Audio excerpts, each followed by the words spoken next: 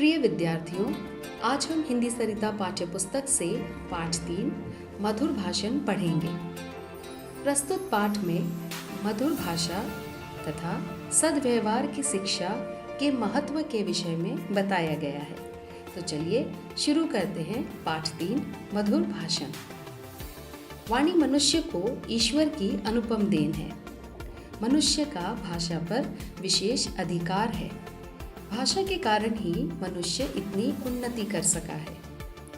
अन्य जानवरों की अपेक्षा मनुष्य सांसारिक या शारीरिक बल में कम होते हुए भी अपनी बुद्धि और भाषा के सहारे सबसे अधिक बलवान हो गया है।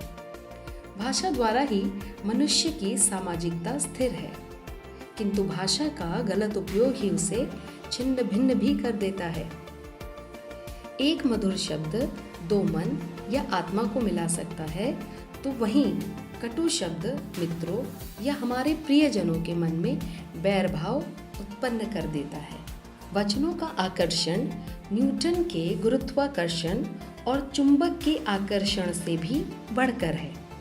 तभी तो तुलसीदास जी ने कहा है, कोयल का को देत है, कागा का सो लेत, तुलसी मीठे वचन ते जग अपनो करी लेत। अर्थात कोयल ना तो किसी को कुछ देती है और ना ही कौवा किसी से कुछ लेता है, पर कोयल अपनी मीठी बोली से जग को अपना कर लेती है।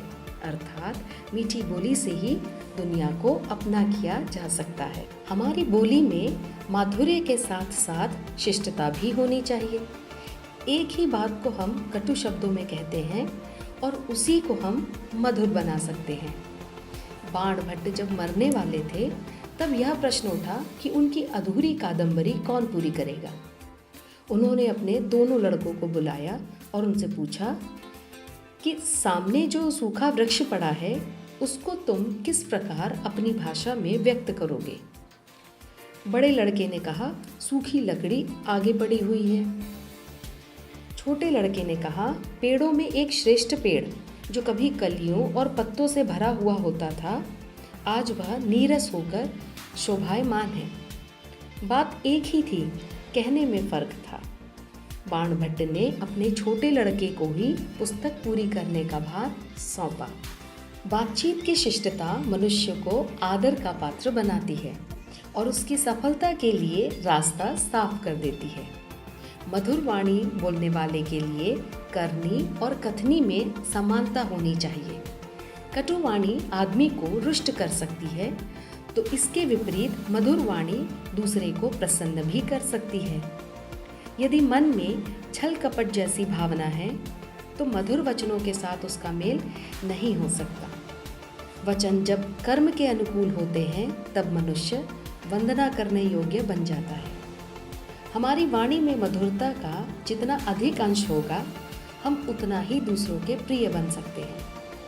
हमारी वाणी ही हमारी शिक्षा, दीक्षा, कुल की परंपरा और मर्यादा का परिचय देती है। वाणी किसी भी स्थिति में कटु एवं अशिष्ट नहीं होनी चाहिए। भाषा हमारी शिक्षा, कुल और व्यक्तित्व का परिचय देती है। भाषा की जीवन के प्रत्येक क्षेत्र में महत्वपूर्ण भूमिका है। शिष्ट और मधुर भाषा से हम दूसरों के प्रिय पात्र भी बन सकते हैं, साथ ही अपने उद्देश्य की पूर्ति में भी सफलता प्राप्त कर सकते हैं। एक बार एक राजा अपने सिपाहियों, सेनापति और मंत्रियों के साथ जंगल की सैर को निकला।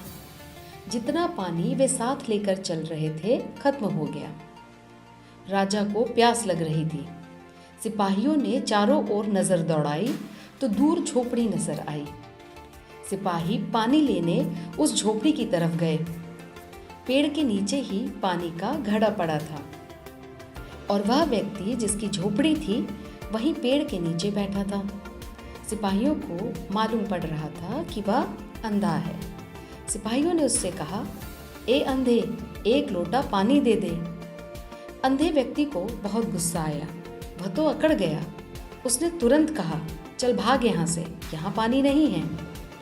तेरे जैसे सिपाहियों से मैं नहीं डरता, पानी तो मैं तुझे कभी नहीं दूंगा।